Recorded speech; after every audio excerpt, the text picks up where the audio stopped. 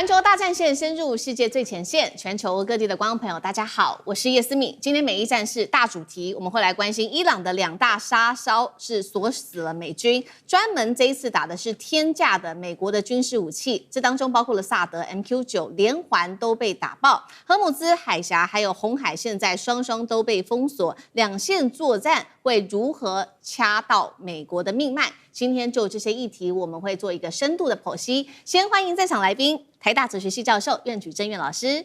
思敏好，各位觀眾朋友，大家好。資深媒體人彭華幹哥。思敏好，大家好。陸軍退役少將李正傑將軍。思敏好，各位觀眾大家好。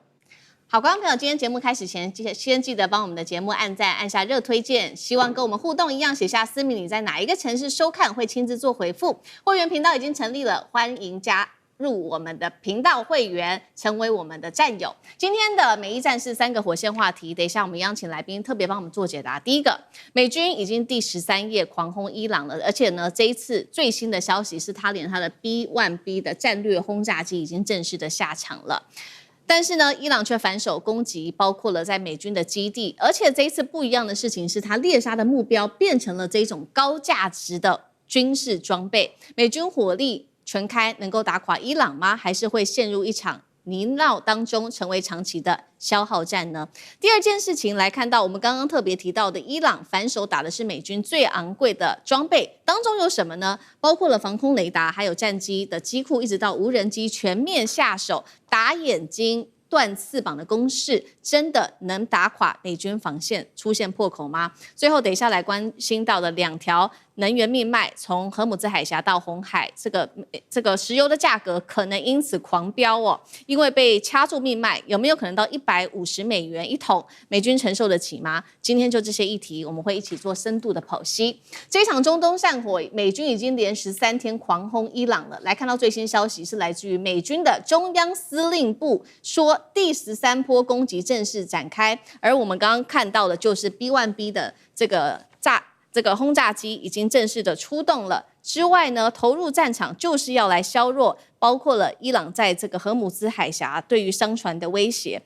川普進一步放話說，接下來還有另外一波規模超級大的史詩級怒火的一個攻擊行動，他更是強調說，接下來如果他一聲令下的話，以色列會在2分鐘之內可以到達，並且以色列就會加入在戰場當中了。那麼《華爾街日報》也特別爆料說，中東目前呢，我們看到美軍早就已經部署好各式的兵力了，包括數萬名美軍，還有超過10艘的軍艦，2個航母打擊群，甚至11艘的飛彈驅逐艦，還有這個我們看到的是海軍陸戰隊的遠征隊，都已經蓄勢待發在中東地區。來看到伊朗的部分，立刻做的反擊，除了針對於約旦的美軍基地之外，還包括了在科威特，而他命中的都是這些高價值的目標。先來看在美軍的這個約旦的基地哦，他打到的是包括他的薩德飛彈系統、愛國者飛彈、2架重型直升機 F-15，還有10架的 MQ9死神無人機。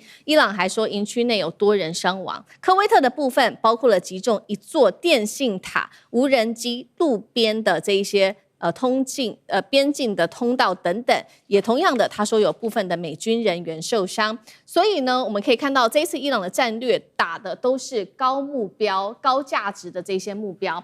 節目一開始，先請教李將軍怎麼看伊朗現在專門鎖定這種高價值的資產背後的戰略目標是什麼？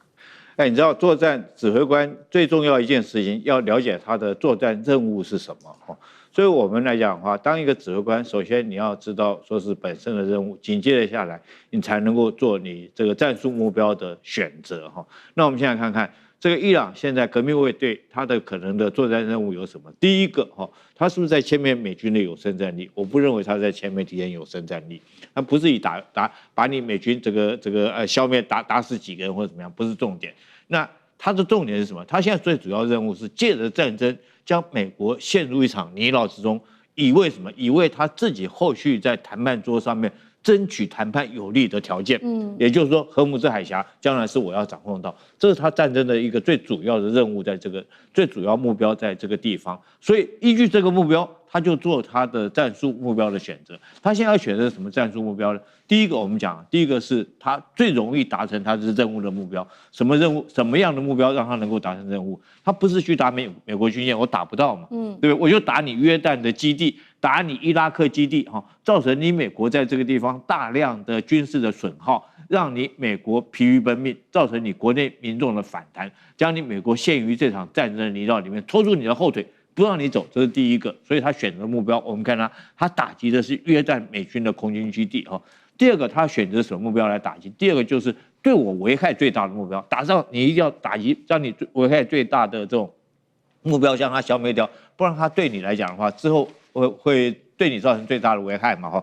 那我們看到現在來講，你看看回頭去看，你檢視伊朗革命衛隊打擊的這些，是不是都是他對他危害最大？因為伊朗現在很明顯，他最擔心的是什麼？是美軍對他空襲。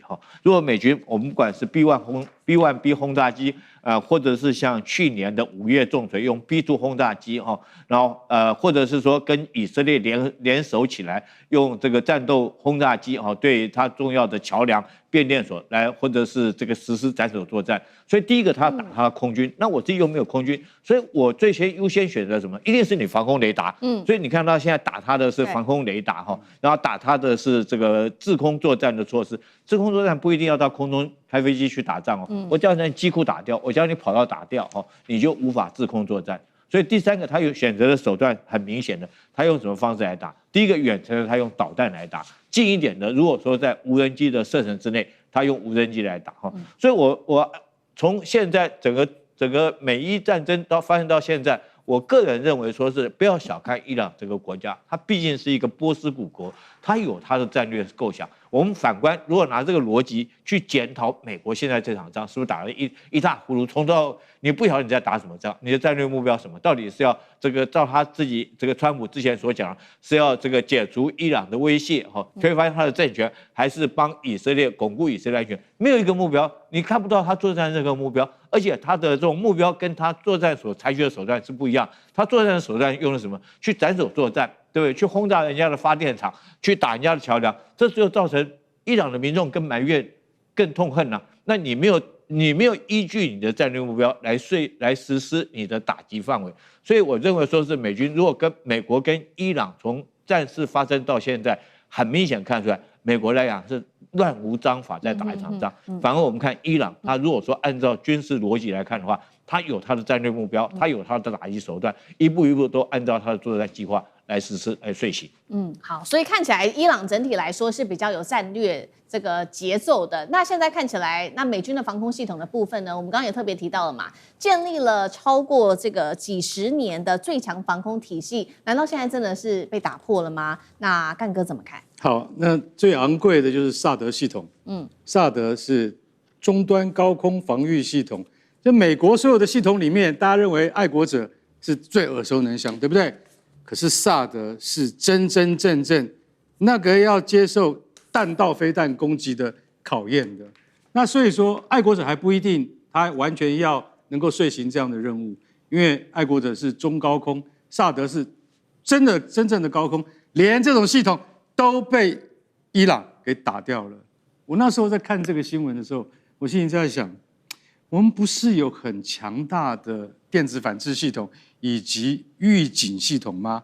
美國人最標榜的就是我在你要打我之前可能1個禮拜之前我就已經知道你會用什麼地方，會用什麼方式來打我，所以他的E3空中預警系統在地面上被摧毀了，那就很驚人了。然後他的薩德系統在約旦部署的，你知道一套薩德系統要多少錢嗎？都上百億美金的，一枚薩德飛彈幾乎就要達到了500萬美金的，所以大家曉得，連這種系統你都能夠被摧毀掉，這幾十年來美國標榜的系統好像一夜之間出了問題，他也不能說它失效，那它怎麼會有這麼精準的坐標？我就直接想到哪裡了？我就直接想到，又是我們中國提供的技術資源了，一定是中國。它可能有部分俄羅斯的系統，但是中國所提供的系統一定是後面最大的支撐力量，不然你不能那麼精確的。我剛剛講約旦那些被擊中的美國的薩德系統、愛國者防空陣地，那另外還有2個地方啊，這2個地方你就覺得很妙啦，它叫做費塞爾國王空軍基地，還有一個叫哈桑王子空軍基地，這2個基地我們可能一般人都沒有聽過，結果它精準命中，命中以後，它擊毀了一個 F-15戰鬥機的維修廠。哎，你不是光打那個跑道，你要打到那個維修廠，那不容易。再來，擊毀了8架 MQ-9死神無人機，這些東西加起來，我就覺得很疑惑，為什麼？因為這個叫精準打擊。依照現有的伊朗的彈道飛彈的精確度沒有那麼高，但你怎麼打得到？這就是我最懷疑的地方。所以現在已經不可同日而語了，跟以前不一樣了。那你現在接下來再打，川普現在雖然經過了眾議院啊否決，說你不可以隨便派兵，結果後來參議院就說，可以了，可以了。結果參議院否決了眾議院，你知道嗎？其實這些都是表面上的，這都是象徵意義。實際上，川普要做什麼，他用總統的命令還是可以做的。對。但是他現在發現，這個損失好像很嚴重啊。能不能夠再發動他所謂的要讓伊朗更痛的大規模打擊？我真的很懷疑。好，我們現在看到很多都是在空戰的部分哦，這個美伊雙方互轟。如果來看到，請這個苑老師幫我們看到海上的部分。其實現在我們要特別關注到的就是2條的海峽都被封鎖住，不管是我們先前提到的荷姆斯海峽或者是曼德海峽。我們先來看到現在最新的消息是《金融時報》的報道，2艘希臘的郵輪其實他們試圖要沿着阿曼的海岸通行，卻遭到伊朗的飛彈攻擊。這是美伊雙方停火之後第7次的第7艘船被攻擊的商船。那目前呢，伊朗到底放了多少的這一種小型的艦艇在荷姆茲呢？目前最新統計是創下紀錄85艘，所以整個海峽幾乎沒有人敢做通行了。美國退役的海軍他預估說，美軍接下來必須連續數週，而且每晚達到200次的空襲，之後還要有這個2到3艘的軍艦護航，才可能恢復商船在這邊運航的一個信心哦。再來就是另外一線紅海的部分，我們來看到伊朗，他把他的革命衛隊的高層，還有飛彈設施、無人機技術都送往也門去強化胡塞對這邊的影響力。而油價的部分，現在大家最擔心，因為已經破了$100大關一桶，有沒有可能站上$150？這是來自於專家的最新說法，也會影響到全球的能源命脈、油價的部分。那苑老師怎麼看？剛剛主持人所講的這些重點呢，牽涉到3點呢，非常重要，涉及到這場莫名其妙的戰爭。啊，這場戰爭從頭到尾的話呢，也語言不詳，毫無目的，打停打啊 ，MOU 才剛簽的，我自己還花了一些腦筋記着14條，現在突然就馬上取消了啊！這個我跟你講，這真正莫名其妙。首先第一點呢，這個大家要了解啊，這個伊朗的話呢，對於這個荷姆茲海峽原來是自由通行，現在變成我主導。我知道，不管收不收費，反正服務費收定了。你要過阿曼海峽，那個阿曼那個地方的話呢，是過荷姆斯海峽。那你希臘船沿着阿曼過，照打不誤。這個訊號非常嚴重。是。然後第二個的話呢，所有的這個船呢，你看這邊所講到的話呢，就是連黃金啊、飛彈啊、設備啊什麼的、軍人啊什麼的，通通都派往也門的胡塞武裝。我強調哈，也門進去如入無人之境，也門是一個伊朗的敵對國啊。那胡塞是也門裡面的叛亂組織啊，現在提供也門的叛亂組織如入無人之境，表示這個情勢多混亂。現在也門的這個胡塞武裝裡面所出現的一個現象，就是說他要鎖住紅海另外那邊。為什麼這個紅海這邊這麼重要？因為它是曼德海峽。大家打開地圖一看，就原來的話呢，中東波斯灣產油的大國是沙特，沙特的油透過紅海還算是勉強可以出來。現在沙特的話呢，也門這個叛亂組織胡塞警告沙特不能夠經過，所以沙特就嚇到了，就不敢經過，不敢經過整個波斯灣2條海峽，一個荷姆茲，一個曼德海峽，鎖得緊緊的，一滴油都出不來，沒有油船公司敢再繼續送油的。那在這種情況出現了第3個問題，大家知道油價吧？現在已經估到多少？原來我跟那個我自己做私募基金講，他們估的油價就是180，那現在的話呢，你剛剛講說是可能150最高150，那個時候是想到那個 MOU 大概有點希望了，降到80不到啊。那現在一下子 double 了。那我問大家，世界的經濟哪裡受得了？我們講我們自己就好了嘛。講我們自己裡面涉及到了油氣，那這個還得了？那個台灣夏天的時候可以洗冷水澡，你到了冬天怎麼辦？那看樣子這場戰爭不會結束的。所以說這裡面整體，而且我覺得最嚴重的是，伊朗真的是卯足了勁，把他所有的反抗之父全部搞起來。最近聽說以色列殺了那個哈馬斯，殺了個半天，哈馬斯又起來搗亂了。對，好像還得了，都沒完沒了了。那這個中東沒完沒了以後，這個油怎麼辦呢？我跟你講哈，這個只有靠這個大陸是沒有問題，那靠俄羅斯的油嘛，所以這個情勢真的是非常非常麻煩，沒有人知道為什麼，也沒人知道下面要怎麼辦。好，謝謝苑老師。那我們休息一下，馬上回來。觀眾朋友們，我們要開會員頻道啦！因應呢美中、中東還有印太的亂局，你看到的是新聞，我們看到的是背後誰在操控這個世界。加入會員可以取得獨家視角的通行證，你將優先取得更深的觀點判讀，包括了核心真相分析、歷史脈絡拆解、局勢推演邏輯。同時解鎖會員勳章、優先互動權、問題解析、幕後花絮，支持我們制作高品質的影片。點擊下方的加入鍵，一起成為戰友吧！我們會員頻道見。今天帶觀眾朋友來持續關心在軍事的新聞哦。中國大陸的093改良核潛艦震撼的曝光了。等一下我們會來看到這一艘這個新的核潛艦哦，它有哪一些戰力？重點來了，它是無聲無息的可以獵殺美軍的航母嗎？等一下請酈將軍來帶我們看。2030他們也預估了這個潛艦可以反超美國的數量。海底霸主會全面易主嗎？今天會來看一個深入的剖析。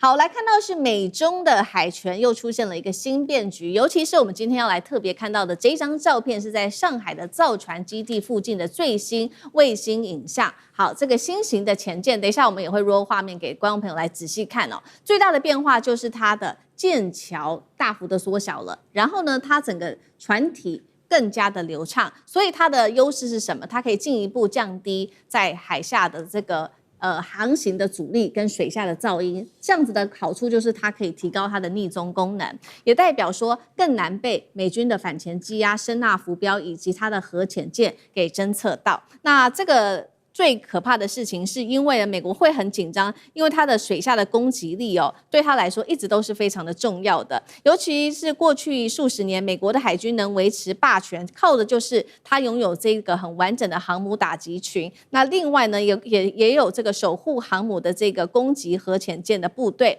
我們來看到日本的海上自衛隊是這樣說的，他說093系列未來最重要的任務，可能就是可以伴隨航母來做遠航，甚至接下來就可以威脅美軍航母的打擊群了。好，新的這艘航母的戰力有哪一些比較值得關注的部分？對於戰力來說，可以有多大的提升？尤其等一下請酈將軍帶我們特別關心，靜音性真的能大幅突破嗎？再來搭配這種反艦飛彈、重型魚雷，對於美軍未來航母有多大的威脅？酈將軍怎麼看？我覺得這個日本這個海上自衛司令他講說這艘新的潛艦是093，錯，我不認為是093。我覺得日本講這話有一點酸，故意說還是舊型的093，我認為可能是097。097，為什麼我認為是097？第一個這個093跟是095這兩種款式是已經是中共解放軍這個已經出來，大家都已經知道的這種攻擊型的核潛艦大陸解放軍他們攻擊型的核潛艦093、095。那如果說是戰略核潛艦是雙位數的雙號是094跟096。那這艘潛艦跟093、095完全是不一樣，完全是一種新型的構體。還有它的長度也不一樣。這艘潛艦目前大家從衛星上面觀察，它的長度是120公尺那麼長那原來093跟095都已經出來的，它的長度是110公尺，它比原來的這種攻擊型潛艦還多了10公尺。所以我個人研判是不是解放軍有新型的097已經橫空出世了？尤其是說它的這種我們講潛艦上面那個指揮塔，我們軍事術語叫它叫做帆罩哈，那個指揮塔，因為它這個帆罩做的特別低小哈，特別小。那整個構型來講有很大一個改變哈，所以我認為說極可能是全新的一個設計的097的潛艦。那第二個美軍來講的話，他很清楚，如果說在水面的戰力已經沒有辦法，很難將中共的解放軍嚇阻在第一島鏈之內。這個包括赫格塞斯他都承認啊，美國戰爭部部長他就講說，如果說在開戰第1個小時之內，他們水面戰艦可能承受不住，中國大陸他們東風17啊，這種陸對基地的導彈，還有055這種055大驅的這種飽和式的攻擊，可能承受不住。所以美軍現在積極在發展什麼是水下的戰力。我們看到，他譬如說，讓日本去發展它的蒼龍級的這種潛艦哈，這個，然後讓澳洲在南部這邊來講，叫澳洲用奧克斯的潛艦，給它做核潛艦，希望讓奧克斯來這個在南海那個地方來嚇阻中國解放軍啊。那為什麼我講說這個美軍他們很急呢？因為從奧克斯的發展就看得出來，奧克斯本來是美國答應幫澳洲建立新的維吉尼亞級的核潛艦，但是美國發現已經來不及了。因為大陸來講，它的潛艦發展速度太快了，它已經來不及了，所以現在美國是用將舊的維吉尼亞級潛艦這個先賣1艘給澳洲，當然澳洲就很不爽啊，我拿的是新鈔票，你怎麼賣給我中古艦呢？澳洲是很不爽。但是從這個過程之中，你就知道，事實上美國是非常着急，他來不及造出他的新潛艦。那水面下作戰，我跟各位講，水面下作戰一定是潛艦對潛艦是最好的這種武器。那解放軍現在來講，他也在積極發展他的水面下的戰力。那準備不管是未來他要護航他的航母戰鬥群出第一島鏈啊，甚至到第二島鏈去，或者是在水底下跟這個美軍來一個對抗。那如果說有這種攻擊型的核潛艦，我覺得它將來突穿的就不是第一島鏈、第二島鏈，它就有能力，因為核動力來講的話，這個續航力是沒有期限的哈，所以它極可能就在太平洋的中部，譬如說夏威夷群島那個地方，然後那時候所謂的這種區域拒止，就不只是區域拒止，在第一島鏈之內區域拒止，它可能遠在這個太平洋中部那個地方哈，就可以在那邊對美軍的這種航母打擊群構成威脅。那如果說美國航母打擊群要來馳援這個第一島鏈這邊的戰爭來講的話哈，極可能在那邊你就要考慮到說有這種新型的核潛艦埋伏在那個地方，準備對你伏擊。所以我認為說，假如說這款潛艦真的做出來，對美國的航母來講，確實是構成很致命性的一個威脅。好，如將軍幫我們特別看到，現在中國大陸的核潛艦，除了它的技術上面做升級，另外就是它的造艦速度是真的非常的快，那遠比美國還要更快很多。所以美國的國防部這邊也做了一個具體的一個預估數字，它現在最新的數字出來是說，2030年他們預估呢，大陸海軍潛艦數量會增加到75艘。那我們要知道，美國現在只有69艘哦，所以很快的，是不是2030年就代表會正式的超越了呢？等一下，請幹哥來看。那也如將軍剛剛特別幫我們提到了，核潛艦的話，它的威脅就不會只是到第一島鏈、第二島鏈，甚至到太平洋地區了。這對於美國的威脅，那幹哥又怎麼看？好 ，OK， 好，剛才李將軍說了097潛艦啊，大家會覺得很新穎。對，好，097潛艦叫秦級，秦朝的秦，所有的潛艦，中國潛艦都是以朝代來劃分，097叫做秦級。那小林正道，也就是前自衛隊的那個潛艦指揮官，他說可能是093B， 或者是095型。093叫做商級，095叫做隋朝的隋级。那因為它的讓人家驚訝的地方是，先看到的這張照片是這艘潛艦沒有帆罩，所謂的帆罩就是指揮塔，沒有指揮塔了，沒有指揮塔是非常非常新穎的設計。大家知道，我們看到那些2次大戰的那個潛艦戰爭的那個影片，那個艇長一定要爬到那個指揮塔上面看看，哎呀，敵人的驅逐艦還在不在？現在沒有了指揮塔，我想請問你一下，你怎麼做？你怎麼觀察敵人？告訴各位，指揮塔也就是那個帆罩，就那個凸起來的那個部位，它要裝很多東西，它要裝光電軌桿，它要裝潛望鏡，它要裝這個通訊的那個電塔，你把那個煩躁整個拿掉，那東西要裝到哪裡去啊？所以這叫做技術大躍進。哇，中國095潛艦不要這些，那還得了啊？那你要怎麼辦？縮到船身裡面去嗎？那恐怕在目前我們所知的技術範圍之內，可能做不到。如果他真的做到了，那美國你真的要很害怕。問題是我們現在已經有實體了，已經在上海的那個江南造船廠，我們已經看到實體了。它沒有煩躁了。是。那我這些所有重要的光電感測器，通通收進去了。那可見得中國的技術不是日進千里啊？是萬里啦。很可怕。而且這艘船夠大，為什麼？120公尺，估計9000噸，這麼大一艘船。那剛才酈將軍講的秦級啊，是專門它的那個等級是對付美國的海狼級的，海狼級是美國最高級的，所以現在只有原型還沒有做出來。但是現在我們已經做出095型的這個沒有煩躁的，這個叫什麼？這個叫做隨級，它已經做出來了。所以你就曉得說。那這個隨級是大概要相應美國的維吉尼亞級。好，我們回到剛才你問我的那個題目，到了2030年，我們中國會有75艘潛艦，對不對？這裡面有一個盲點，為什麼？因為美國會不斷的減少，現在有69艘，到了2030年可能就不到60艘了。所以我們會變成75艘。可是你會說數量我們會越來越多。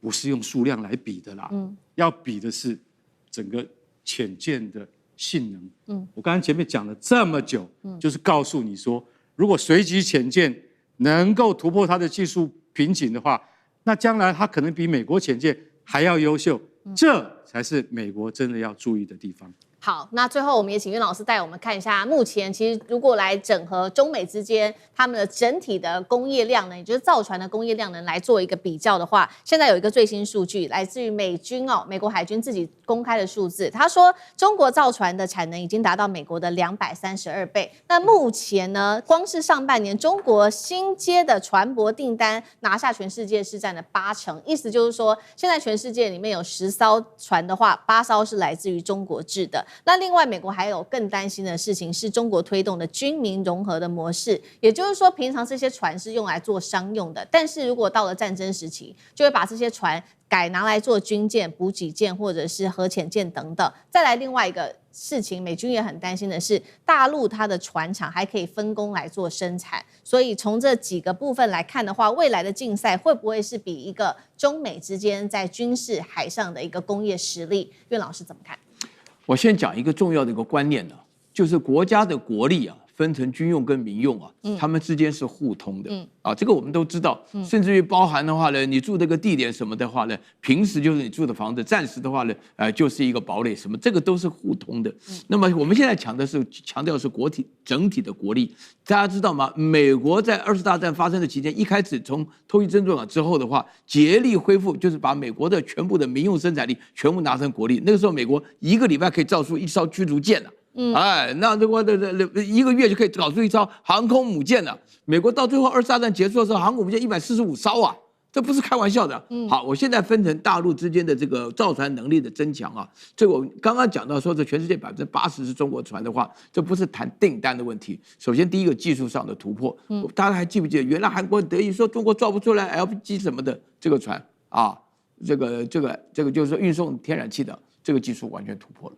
這個就完全突破。然後第二個的話呢，就是大陸本身在這個成本上、人才上、技術上，以及長期來講的話呢，軍用民用的混合上來講，都是早就構成了這個準備。這2點都是美國無法比較的，一個是技術，一個是成本。還有第3個部分的話呢，大家要搞得清楚大陸本身來講就是把所有的全國的國力，因為剛剛聽到我們幹哥在講到說是那個隨級或者說是秦級，它裡面的話呢，就是沒有那種我們叫船艦我那個專有名叫什麼造塔什麼的煩躁。我們學哲學的不懂那麼多，但是我們可以了解到，它裡面是雷達呀，什麼稀土的需求一樣都不會少它是把所有最新的科技全部裝進來，然後第4點，我要強調什麼叫做核能潛艇？大家還記不記得前不久那個巨浪3才剛發過，核能潛艇的功用是你要搞死我，我把你全國幹掉，它只有做最後的保衛的措施。所以核能潛艇真的不是在比多，而是比在說你挨了核彈的攻擊以後，你要升起來的話呢，巨浪3、巨浪4就一起飛出去。那個时候就是它是一個威慑的力量啊，這個非常重要。那你現在好，我們现在講到美國，我剛剛講了一大堆，美國的話呢，成本非常高。美國的技術的話呢，遲遲不前進。而美國本身來講的話呢，長期啊，其實今天講到美國的衰落，最重要的原因是從蘇聯垮台以後，美國自己志得意滿，就是連我們哲學界都有那個福山講到說歷史的終結，那就都不用再搞了 ，F-22都停掉了，才突然發覺大陸基本上是一個圍殺的行動，就是用各種海陸空軍各方面的話呢，就告訴美國，美國現在要追起來的話呢，在成本上、在人才上、在技術上、在材料上都不會是對手的。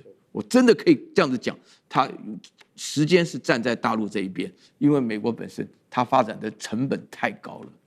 好，謝謝苑老師。那我們休息一下，馬上回來。觀眾朋友們，我們要開會員頻道啦！因應呢美中、中東還有印太的亂局，你看到的是新聞，我們看到的是背後誰在操控這個世界。加入會員可以取得獨家視角的通行證，你將優先取得更深的觀點判讀，包括了核心真相分析、歷史脈絡拆解、局勢推演邏輯。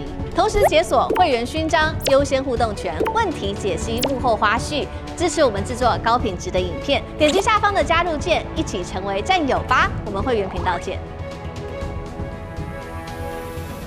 接下來，我們帶觀眾朋友來關心美伊戰爭燒出的美國經濟泡沫的末日嗎？會不會發生？我們今天一起來做評估。另外來看到的是美國現在油價狂飆、通膨失控引爆的股債雙殺，這是已經在真實發生的事情哦。殖利率上看10%，另外呢，大家這個空頭的部位已經創了16年的新高了。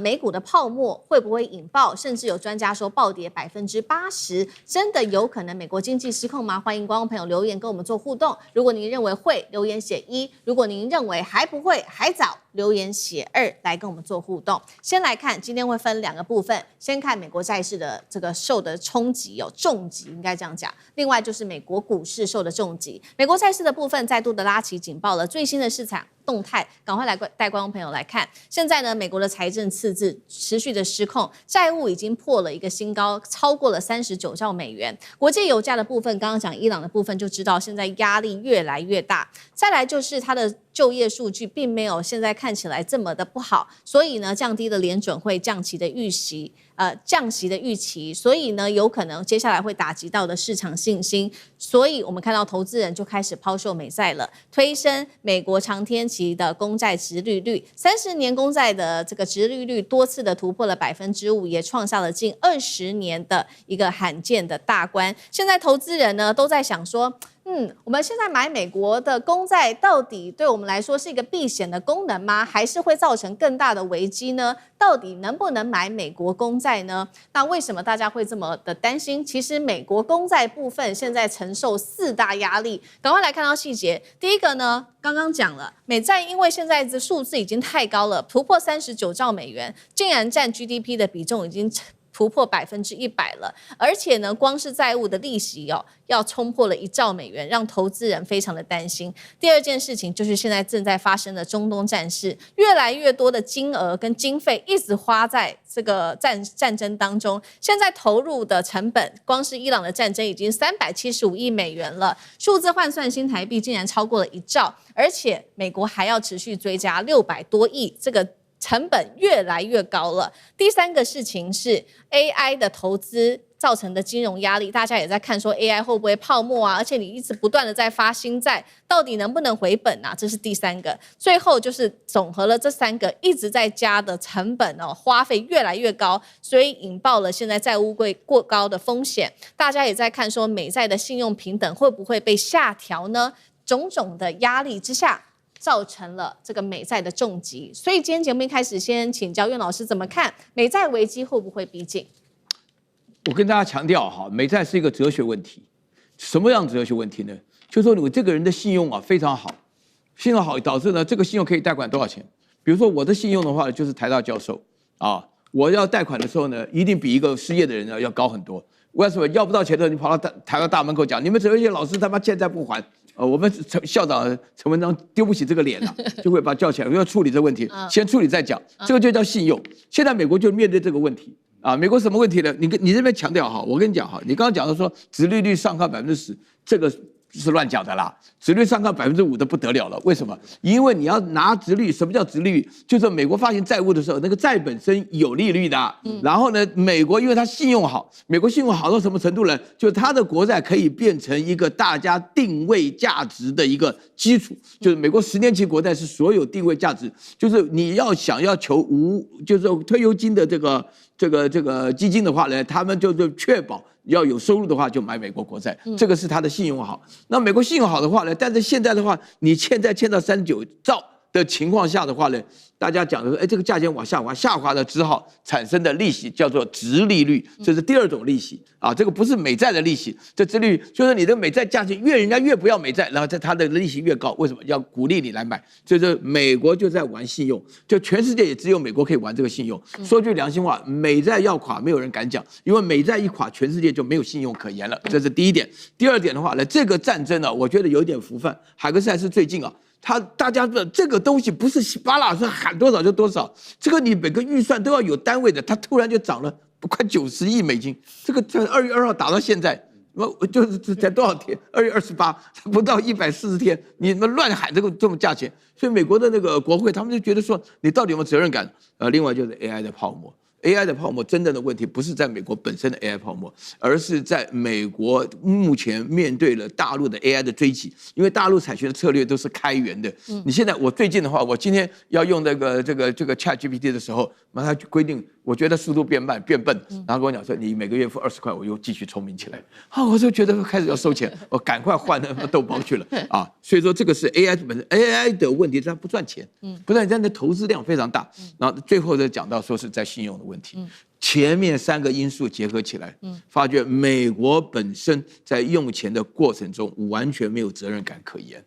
這個沒有責任感可言的話，就是說你一個大財主，我就給大家舉個例子啊，就是說是那個有個電影叫《活着》嘛，活着那個公子愛這個賭博什麼的，每天簽賬，最後簽到什麼呢？最後他的信用是他那棟房子，最後那個房子就換人了。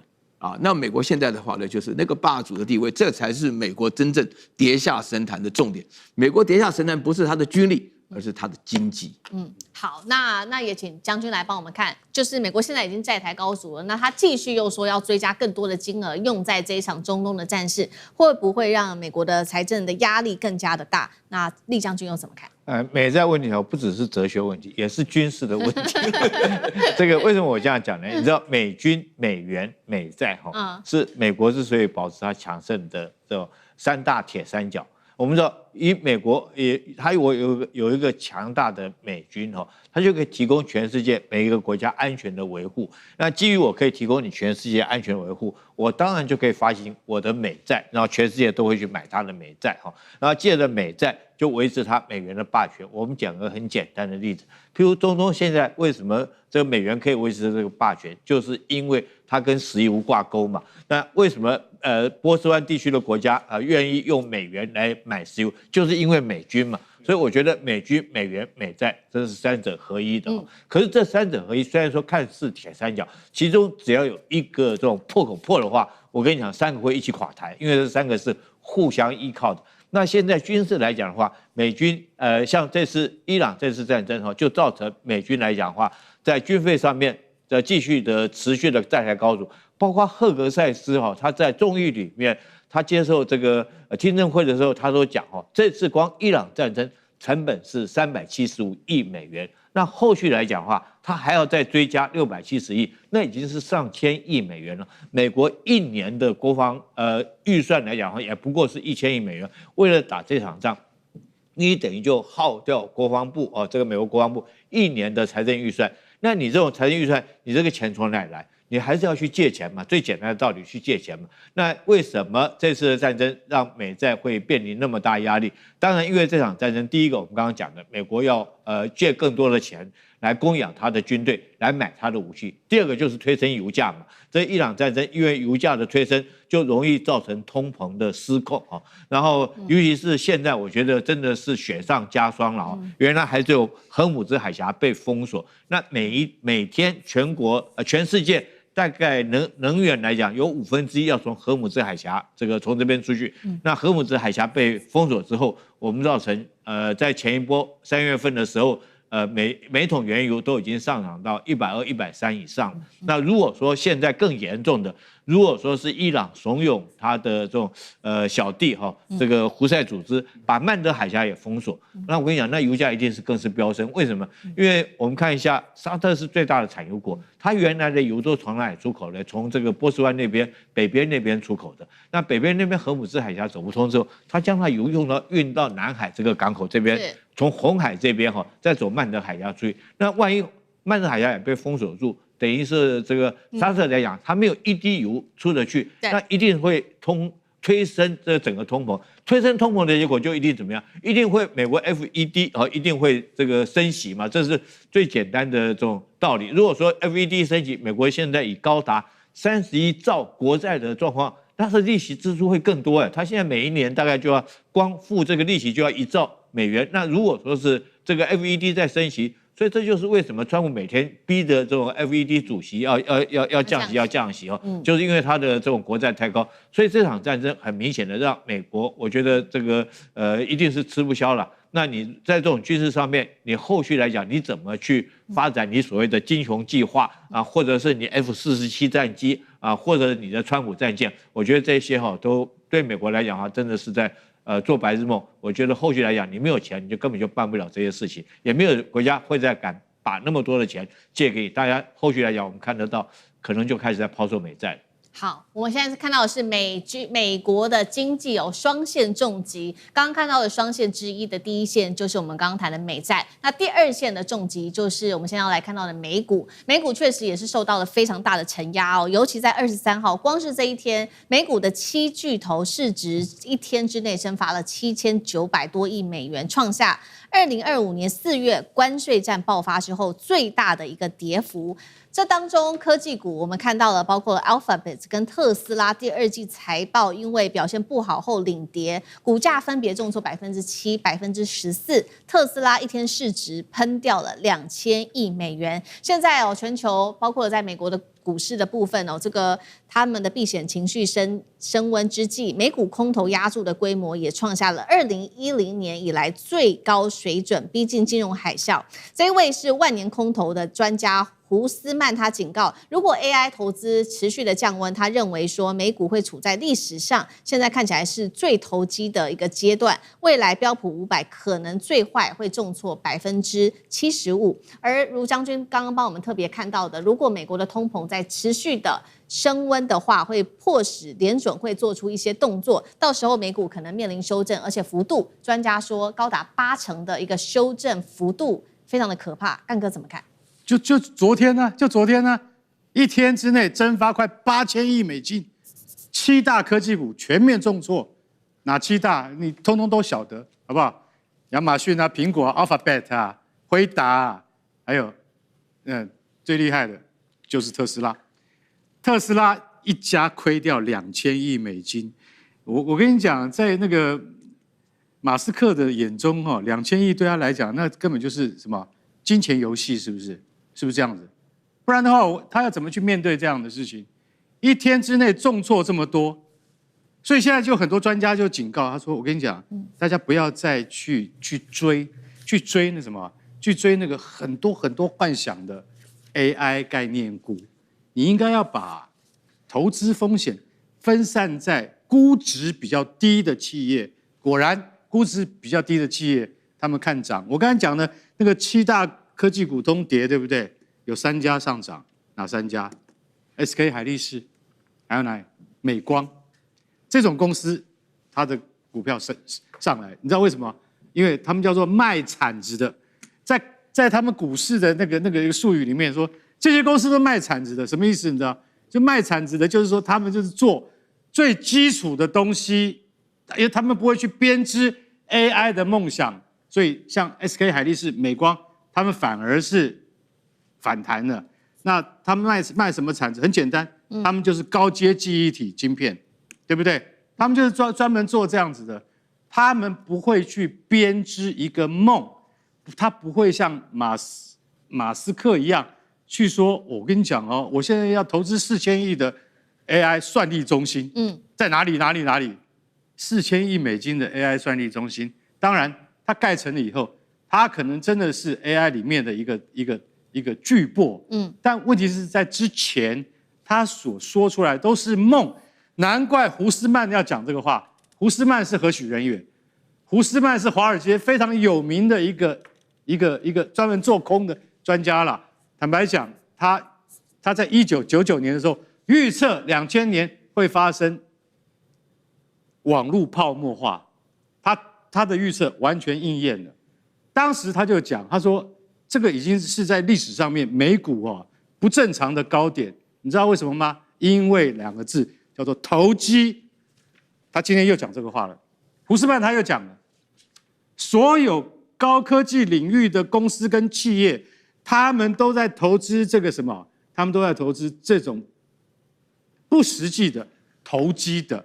AI 是非常非常大的人類的這個科技的進步，可是，在你讓它成為一個可以賺錢的工具之前，這個市場已經嚴重扭曲，所以標準普爾將來會跌掉75%，他直接預測標準普爾跌掉75%。然後呢，美國通膨的惡化會使聯準會一直維持高利率，然後美股會有80%的跌幅。當然，胡斯曼被其他的專家笑說，這個人從頭到尾就在你知道危言聳聽。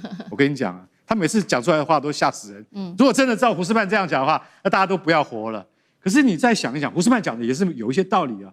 他說為什麼你知道？我告訴你，現在這個赤字都建立在誰的身上？你知道嗎？建立在政府在支撐，建立在美國的一般家庭的消費在支撐。還有呢？還有就是你們沒有看到的，在背後大家都是用什麼？知道？就是用一個很美麗的股市的那個表象來支撐這個虛假的泡沫。然後哪一天如果說 AI 泡沫真的發生了的話，他也不會覺得很奇怪。所以他是嚴重警告，美國的經濟的虛實，並不是我們外表所看到的那麼的實在。也就是如果川普再這樣亂搞下去的話，那必跌，而且會跌得很慘。好，謝謝幹哥。那我們休息一下，馬上回來。觀眾朋友們，我們要開會員頻道啦！因應呢美中、中東還有印太的亂局，你看到的是新聞，我們看到的是背後誰在操控這個世界。加入會員可以取得獨家視角的通行證，你將優先取得更深的觀點判讀，包括了核心真相分析、歷史脈絡拆解、局勢推演邏輯。同時解鎖會員勳章、優先互動權、問題解析、幕後花絮，支持我們制作高品質的影片。點擊下方的加入鍵，一起成為戰友吧！我們會員頻道見。南海現在面臨邊緣開戰了嗎？中國大陸的水炮驅逐菲律賓的船只，而中俄的艦隊另外一方面正在出海，美國被拖入了多線戰局當中，美菲會不會啟動所謂的防禦條約？恐怕踩到紅線失守呢？今天會做深度的剖析，來看到南海現在最新的一個衝突是中國大陸的海警船跟菲律賓的船只呢，在黃岩島仁愛礁附近海域發生了這一起衝突，中國大陸是立刻出動了大型海警船，並且採取了水炮驅離，並且近距離的逼近，攔阻他們的航行。來看一下現場的最新畫面。好，這個是我們看到的是中國大陸用水炮驅離菲律賓的這一些補給船，並且近距離逼近，攔阻它的航行的最新畫面。而針對於這一起事件，我們看到中國海警說呢，是菲律賓的船只自己無視警告進入中國認定的管轄海域當中，所以他們採取的是必要措施。菲律賓的反應是，小馬可仕緊急召見了中國駐菲大使，他說呢，菲方希望恢復雙邊好好的一個溝通機制，不要擦槍走火了。但是我們現在也要關心到說，這一起事件會不會踩到所謂的美菲的共同防禦條約？因為美國其實過去多次的警告，如果菲律賓的軍方、公務船或是他們的這個飛機受到武力攻擊，他們會來啟動防禦條約。現在請教幹哥怎麼看？首先是怎麼看這一起衝突哦？這個中菲之間的衝突。第二件事情就是有關於這個條約有沒有可能真的啟動？那中菲會不會他們的這個衝突再升級？幹哥怎麼看？這個比20號那個在那個仁愛暗殺那個發生的衝突緩和多了。哎，我們海警船根本，你剛剛看到畫面，那個水炮根本沒有打在他們船上面啊，把它打在旁邊，也很客氣啦。為什麼？這次你看，我跟你講。菲律賓有2艘啊，他們派2艘那個漁業局的公務船幹嘛？他們就是把那個食物跟油料送給在黃岩島附近的漁民。那幹嘛在黃岩島附近的漁民呢？對，小馬可斯也很聰明啊，派漁民去啊，看你怎麼樣啊，對不對？總不能用水炮攻擊我們漁船吧，對不对？所以說他們那個公務船是送食物過去的。好，我們的海警船好也不攻擊。也不直接攻擊你，就把水炮打在旁邊這樣子，所以剛剛看到的是已經非常收斂的那個舉動，比20號在那個仁愛暗殺，有一個菲律賓兵不是頭被打到嗎？對，說我們打的沒錯，可是老實講一句，那個就是我們的土地啊，那你跑來，那我用木棒打你就不錯，我又沒有用飛彈打你，對不對？所以2件事情不一樣，那你就說。黃岩島本來就是我們固有領土啊，那你菲律賓每次都這樣搞，仁愛暗殺那艘船，上次20號為什麼那個菲律賓的兵會被打？是為什麼？因為他們把那艘已經快要破掉、已經快解體的那艘登陸艦，大家還記得那叫馬德雷3號？他們竟然送東西上去要加固啊，要把它就是說把它弄得更緊啊，不能讓它沉沒啊。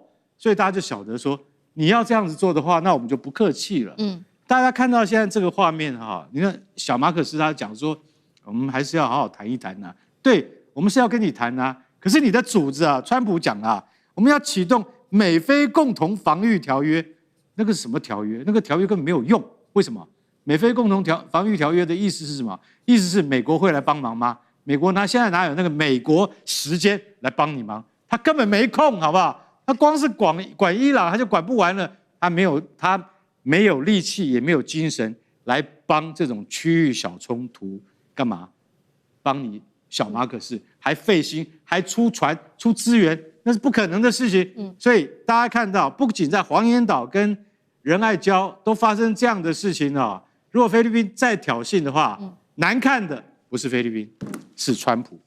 好，所以剛好發生這件事情，就是中菲之間的衝突的時機也很敏感，就是美國現在正在忙於中東的戰事，所以也有專家特別解讀說，會不會中國大陸也想要測試看看有關於美菲在南海這邊的一個底線？等一下，請酈將軍來幫我們做一下解析。那其實我們看到，現在中國大陸的動作不只是在南海而已，還有在台海兩線哦。它這邊加強的是它的實彈射擊，加強海域的管制。那另外一方面，美軍的環太軍演也持續的進入到了實兵的階段，甚至公開層級演習的畫面。我們先來看到有關於美軍的戰力，這次出動了包括它的 B-1B、它的槍騎兵轟炸機，還有 FA-18 超級大黃蜂、標6戰斧巡弋飛彈等等的神盾艦。中國大陸的部分，這次強調的就是它的遠洋海軍的能力，出動的核心戰力也包括了畫面上看到055的飛彈驅逐艦，還有052D 配備346A 型的相控陣雷達，被視為是中國版的神盾。等於是說，我們現在看到南海、台海、西太平洋同步升溫，酈將軍怎麼解讀？南海、台海，這個因為剛剛幹哥講的，菲律賓前2天那個衝突跟解放軍，這2天在我們台灣海峽實施實彈射擊，其實這兩者，雖然說看起來它絕對不是獨立事件，而是密集連接在一起的。我們現在看全世界的大局來講，全世界有3大軍事的強國，俄羅斯、美國跟中國啊，這3個國家。那現在很明顯，我們看到俄羅斯陷於俄烏戰爭的泥淖裡面這個目前來講的話，打了4年仗，其實俄羅斯本身來講的話，也是元氣大傷了。那美國這時候陷入在中東的戰局裡面啊，也是陷入戰爭泥淖，也是這個目前來講，後續結果怎麼樣不知道。本來還以為說是6月份簽了這種所謂停戰協議以後有沒有可能暫緩，但是這2天看到戰局又升高，在這種狀況下，你不認為對中國來講是正好一個發展它的一個最好一個機會嗎？它向哪邊發展？當然就是向海洋來發展。所以我們看到這時候南海、台海這邊甚至於東海3海一體的連線，東海那邊這個中俄2國實施聯合的戰備警巡在南海這邊中國加大對於這個南海地區的對菲律賓的這種戰備警巡那台海這邊就實施軍演。那大家不要小看這2天的台海軍演，我覺得對我們台灣比較密切相關。我跟各位說明一下這次軍演的地點大家看一下，是在這個東山島實施實彈射擊。東山島的意義在哪裡呢？我講第一個，你知不知道施琅那時候收復台灣就是從東山島出發的？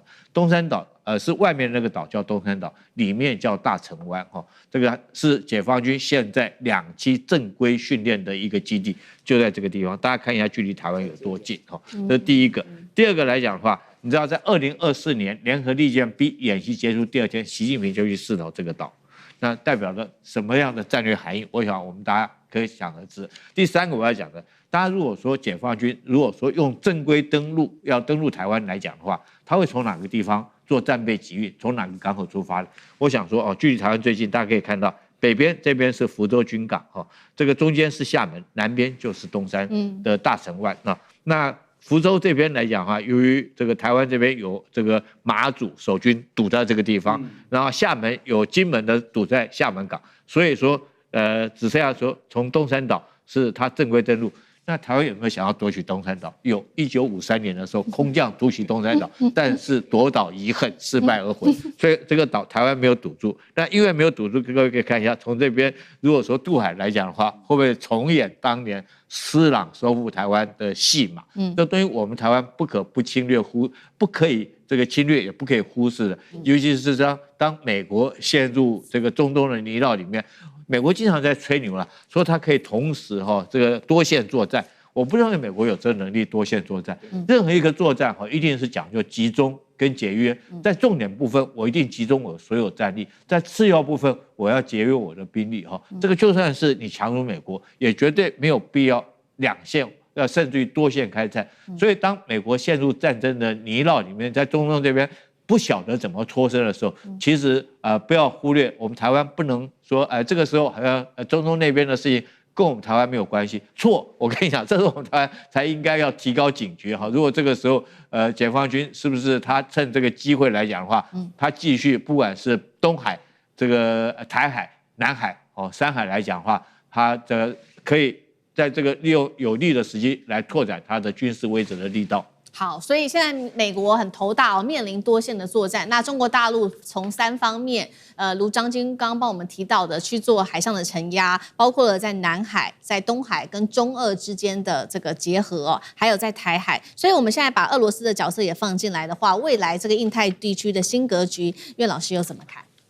我順着將軍的話講這個國際關係講求現實但是最重要的是，如果你的鄰國發生戰爭，那對你來講就是國運鼎盛了為什麼呢？因為他對你有需求嘛。